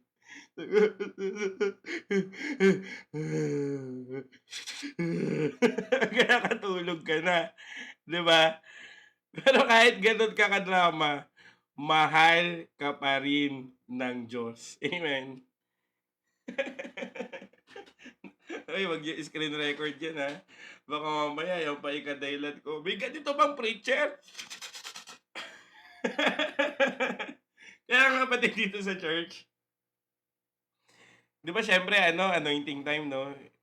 Alam ko yung mga nakapunta na dito sila Ate Honeybee, sila Ate Ann, 'yan mga nakapunta na yun dito sa church namin, eh. 'Di ba matindi iyakan nun, "Lord," ganyan, ganyan. Tapos pagtapos na yung anointing time, siyempre tapos na, 'di ba, usap-usap na, yung blessing ng Lord. Sabi ko, "Uy, iyakin ka pala, eh. Akala mo 'di kita nakita, ah." Sabi ko, "Uy, ba't," sabi sa'kin, "ba't nagbabantay ka ng buhay?" Sabi niya, "Nakita ko, eh, umiiyak ka, eh." Sabi ko, niloloko ka lang ba? Kasi nga kasi nga sabi ko, gano'n ako sa church kasi kumbaga para bang gano'n yung way of fellowship ko, eh. Sabi ko, "Uy, nakita kita, ah." Kaya alam ko yung mga iba't ibang klaseng iyak, 'di ba? Pero anyway, hindi hindi po para pagtawanan, kundi para lang makita mo na gano'n ako ka-open, kapatid, 'pag naging kaibigan niyo ako. Pero however, kapatid, kung titignan natin, 'no, hindi ka nag-iisa. Naalala ka ni Lord, eh. Kung meron mang mga tao na hindi po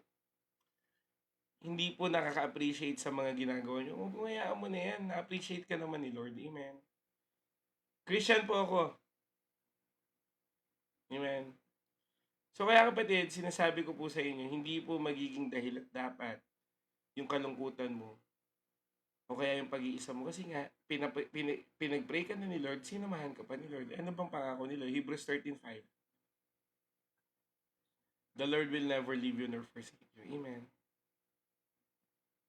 Wala pong tamang posisyon sa pagpe-pray. Ang mahalaga po, tama ang posisyon ng puso mo sa Diyos. Nakahiga, nakatayo, nakaupo, naglalakad, nakadapa, bowing down, nakataas ang kamay, wala. Ang mahalaga pa rin puso. Amen. Kasi, kapatid, ang dami ko pong nakita sa Bible, nagpatira pa, nakahiga, bedridden, kinatagpo ni Lord. Kasi hindi po sa posisyon, kundi sa puso. Amen. Kaya nga, kapatid, kung titignan natin, point number 5, Jesus found peace through prayer. Amen. Oo, kaya tayo napagkakamalang mga baliw, eh. Hindi na tawa ng tawa, biglang seryoso. Alam mo, may kantang ganun. Papatugtog ko muna. Commercial muna tayo. Papatugtog ko, ah. Talaga naisip mo pa yan, Kuya John. Diba, para tayo mga baliw, pero biblical yan. Ayan,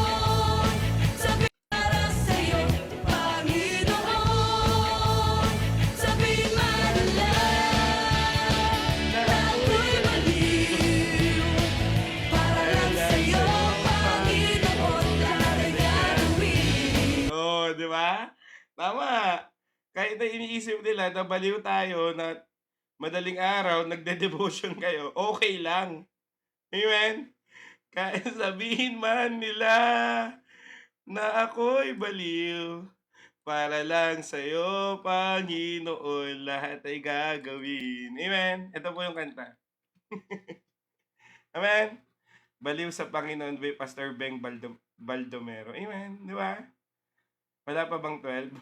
Okay. Tapusin na natin ito bago pa mag-12. Dahil joke lang. Amen. Pero di ba? Hallelujah. Kinanta namin yan kanina sa church eh. Wala lang, naisingit ko lang.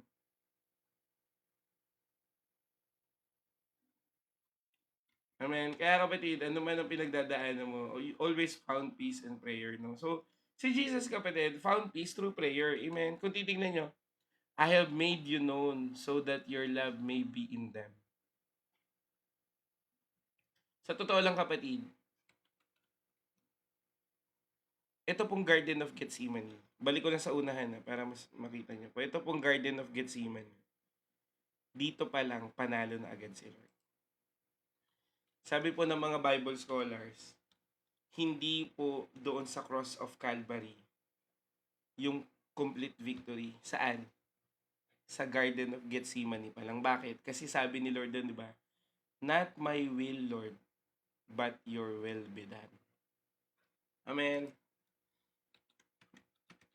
Wait lang, i-ano ko na kasi para mabasa nyo na. Amen. Kaya doon pa lang kapatid, confirmed na yung calling ni Lord. Na after the prayer, Jesus stood up calm, focused, and ready to fulfill His purpose. Peace wasn't the absence of suffering. It was the result of connection with the Father. Kapatid, peace, it wasn't absence of the suffering. Kaya nga kapatid, hindi naman talaga mawawala ang problema. Di ba sabi nga ni Jesus, in this world you will have full of trouble, but take heart, I overcome the world. Ibig sabihin kapatid, may problema pero may kapayapaan. At ang kapayapaan ay isang resulta ng pakikipag-usap mo sa Diyos. Amen. Kaya kapatid, hindi porket nag-pray ka, mawawala problema mo. Yan nga yung misconception ng marami. Pag nag-pray ako, answered prayer agad. Di ba? Huwag kang mag-self-study ng theology kapatid, dapat abided ka pa rin sa church. Para yung doctrine mo tama. Kaya kapatid, yung prayer, hindi po yan parang genie ba? Pag pinag-pray mo, gusto mo nandyan na kagad. Ano ka, magic? Magic ka ba? Di ba, kapatid? Kung titignan mo at babasahin mo ang Biblia, kapatid, most of the promise of the Lord is conditional. Anong conditional, kapatid? Sinasabi po ng Bible na gawin mo to, ito ang outcome. Pag to ginawa mo, ito ang outcome. So most likely, lahat ng mga answered prayer natin ay most likely conditional. Amen? Kasi hindi naman pwedeng sagutin ng Diyos yung hinihingi mo tapos wala ka sa kalooban niya. Tama, mali? Amen? Ang unconditional po ang pag-ibig ni Lord. Pero ang pagsunod sa Panginoon at ang mga pangako niya, ito po yung may condition. Amen? Katulad niyan, sabi 'di ba in terms of giving kapatid, 'di ba? Ayan, teka lang, i-mute na natin 'to kasi alam ko na kung saan yung mga tanong niyo eh. Nung mga 3 araw, tahimik kami ha, kasi alam ko kung nasaan kayo. Matiwasay kami nagde-devotion ng 3 araw, ha? Kasi nandun kayo, nakikibaka kayo, wag nyo na kaming guluhin dito, ha? Nananahimik kami. Pero anyway, ano ba yan? Pero di ba kapatid, kung titingnan natin, kaya tayo nagpe-pray, hindi para mawala yung problema natin, kundi makayanan natin ang buhay. Amen. Kasi kapatid, ang kailangan mo yung tulong ni Lord. At sobrang dami pong nagsasabi sa scripture kapatid, di ba? Kaya ako nasabi na conditional. Ano pa sabi? Meditate the word of the Lord day and night and carefully to obey it so that you will be success in life. Hindi ko alam kung anong verse, basta nasa Joshua yun, di ba?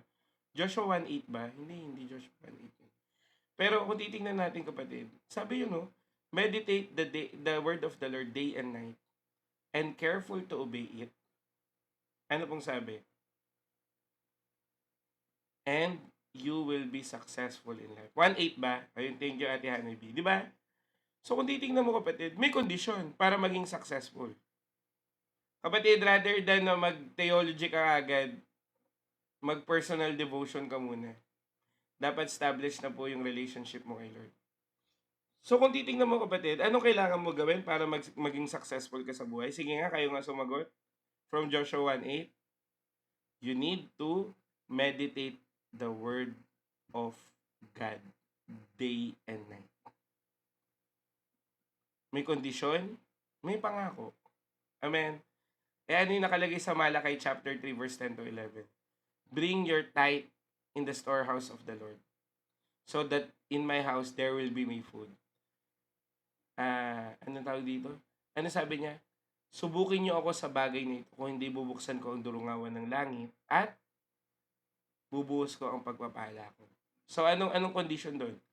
Kailangan mong ibigay yung tithe mo para buksan ng Lord yung durungawan ng langit.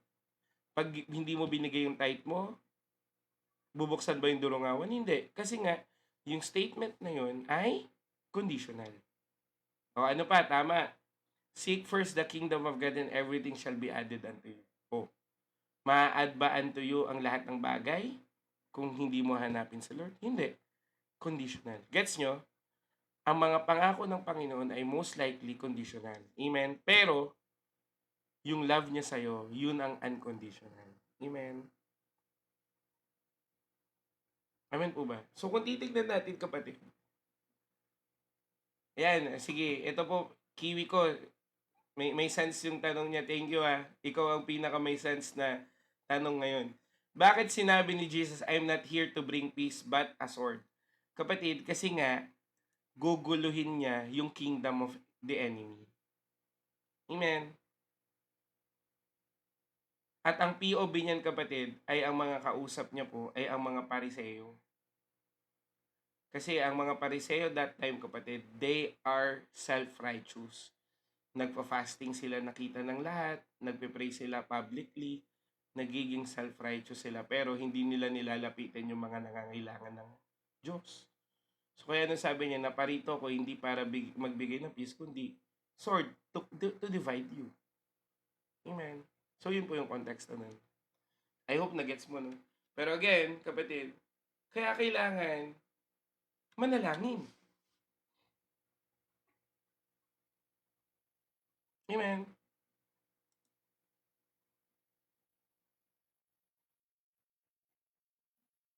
Hindi pwedeng, ano yun, siwan tamad ka, mga ganyan ka lang.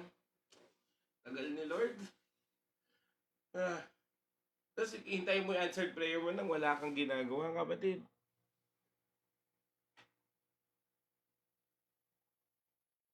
Hindi pwede. Amen. Kung gusto mo ng kapayapaan sa buhay, kapatid, manalangin ka. Kung gusto mo maging maayos buhay mo, manalangin ka. Kung gusto mo mapapagtagumpayan ang mga buhay, yung mga suliranin mo sa buhay, manalangin ka. Hindi pwedeng tatamad-tamad, kapatid. Hindi pwedeng ganyan-ganyan ka lang. Kuya-kuya-kuy ka lang, hindi pwedeng ganun. Pag matindi na problema, dapat matindi na rin prayer. Amen. At alam mo, kapatid, ang sipag, pag sinamahan ng pananampalataya, grabe ang pagpapala. Amen. 'Di ba? Tingnan mo, kapatid, mga hardened na mga puso, mga bastos na bibig na, kahabagan ka ng Diyos, kapatid. Amen.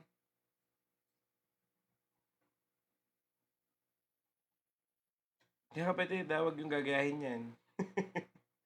Amen. Pero again, ulit-ulitin ko po sa harapan ng Panginoong Jesus. Kung gusto mo ng peace, manalangin ka. Amen. Kung gusto mo maging maayos buhay mo, manalangin ka. Amen. At gawin mo ang pinagagawa ng Diyos. Please, nakikiusap na ako sa'yo. Amen. Kasi kapatid, ulitin ko ito pong live natin, hindi naman to forever nandito. Lahat ng bagay dito sa lupa may hangganan, tama? Pero yung pinag-uusapan natin, yun ang mananatili hanggang dulo. So kung ikaw ay nagpray, nagtatanim ka. Amen. Nagtatanim ka. Kaya kapatid, dalangin ko sa'yo, biyayaan ka ng Diyos ng buhay na tama. Biyayaan ka ng Diyos, kapatid, ng isang buhay na masigasig sa pananalangin. Ulitin ko, kalimutan mo na lahat, wag lang ang prayer. Amen. Kasi sa prayer, doon talaga mag-uumpisa.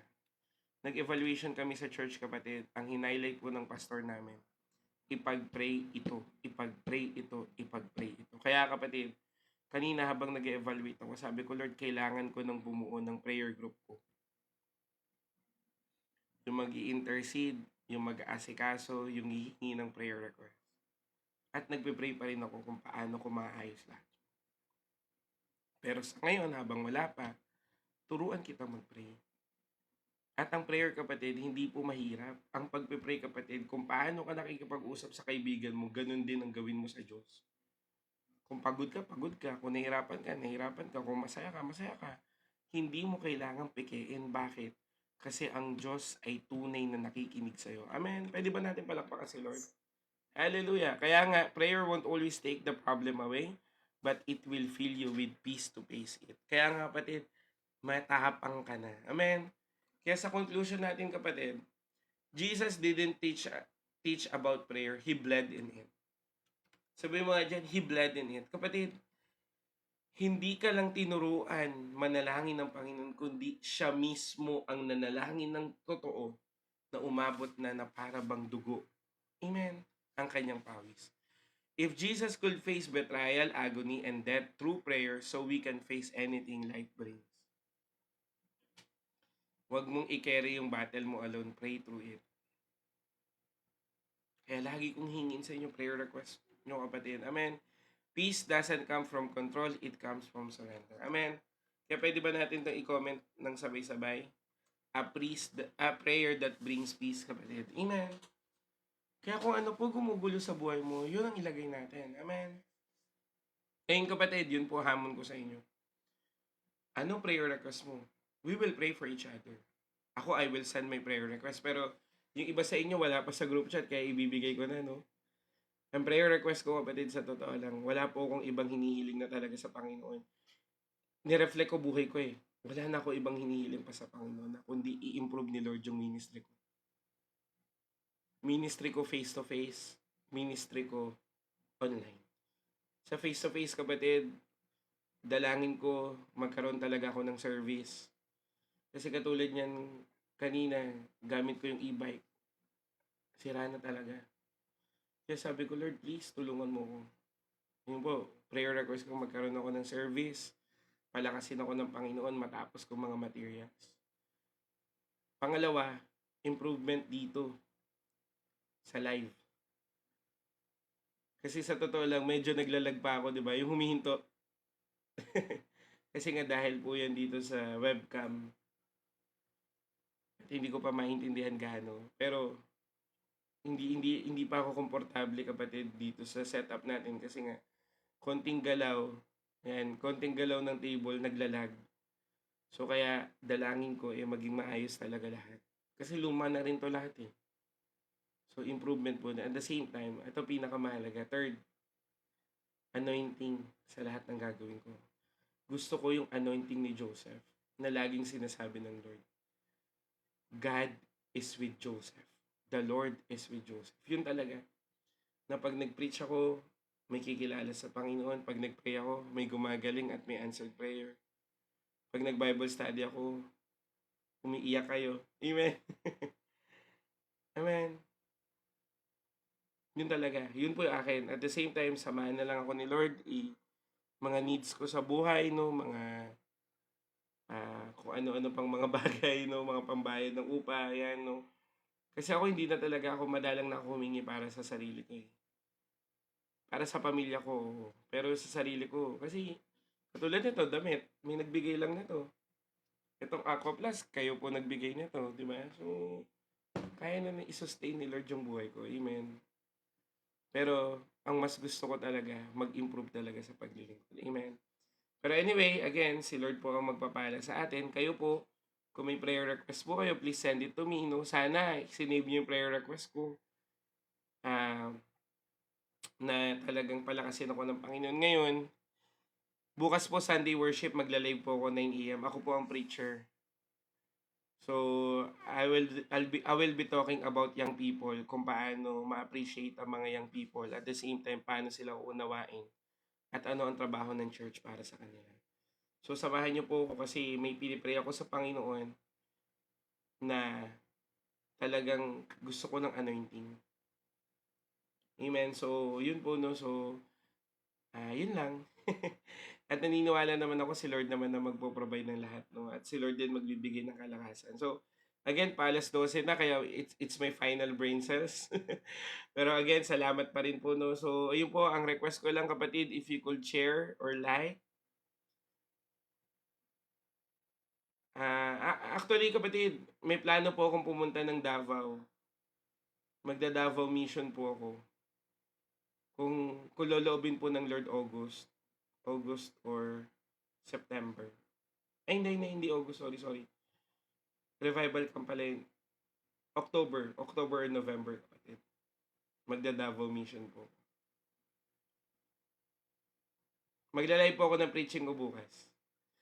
Saan ka sa Cebu, ate? Kasi meron po kaming church sa Karkar. And Ate Yusif, saan ka sa Cebu? Yung mga taga Cebu, may tinatayo po kaming church sa Karkar. Karkar, Cebu.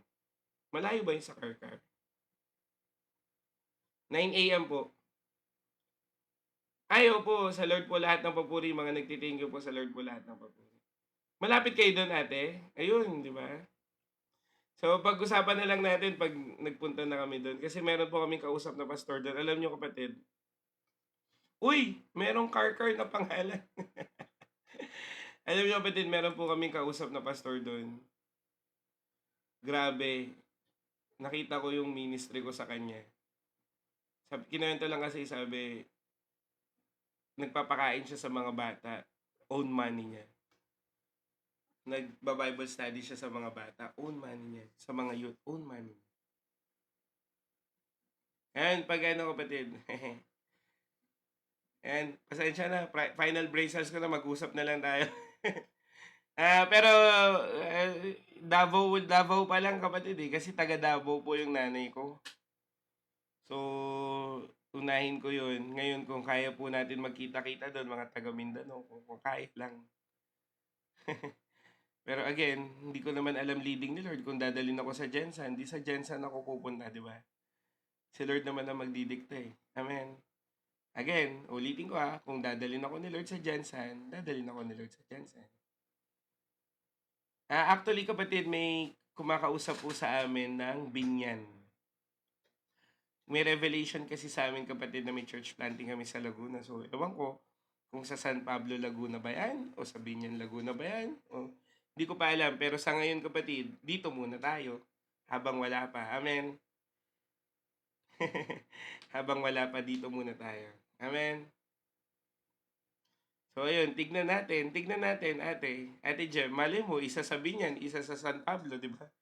Hindi natin alam. Kasi ang criteria po sa amin para po magkaroon ng church planting is that unang-una, walang Christian church na malapit sa inyo. Pangalawa, merong community na pwede nating simulan. So, yun po yung criteria. Ngayon, sa Davao kasi, andun na po yung mga Ate Jem, message mo ko, Ate Jem, kung meron ka ng venue, parang ibang klase talaga. Praise God. Di Laguna Mission na rin. Amen. Madalaw yan.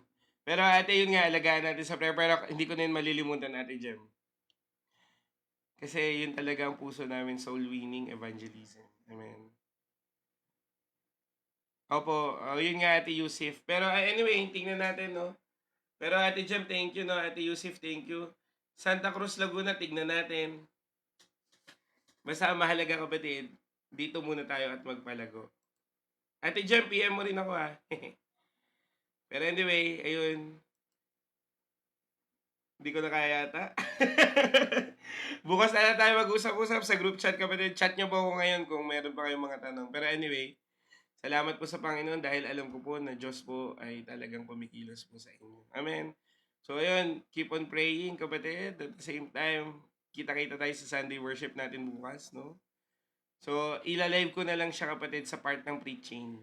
Kaya that is around like 9:30. So 9 a.m. kasi to 9:30. Wala pa kasi akong sound card para sa church. Pero pag nagkaroon na, I think kaya na yun. So yun, chat-chat na lang. Bye-bye. Thank you rin pala sa mga nag-send ng diamonds. Meron palang $0.81. So I think this is like 40 pesos. No, kung hindi ako nagkakamali. Or tama, baka mga 40. So ito po kapatid ay mapupunta po sa mahirap. Amen. So lahat po ito ay mapupunta sa mahirap at ito po ay ipangtutulong natin. Kaya salamat po. Bye-bye po. God bless. Chat-chat na lang. Have a great night. Have a good night kapatid. At magkita-kita tayo bukas. Bye-bye. Hanggang sa muli. Paalam. Uling energy ko na yun. Bye-bye.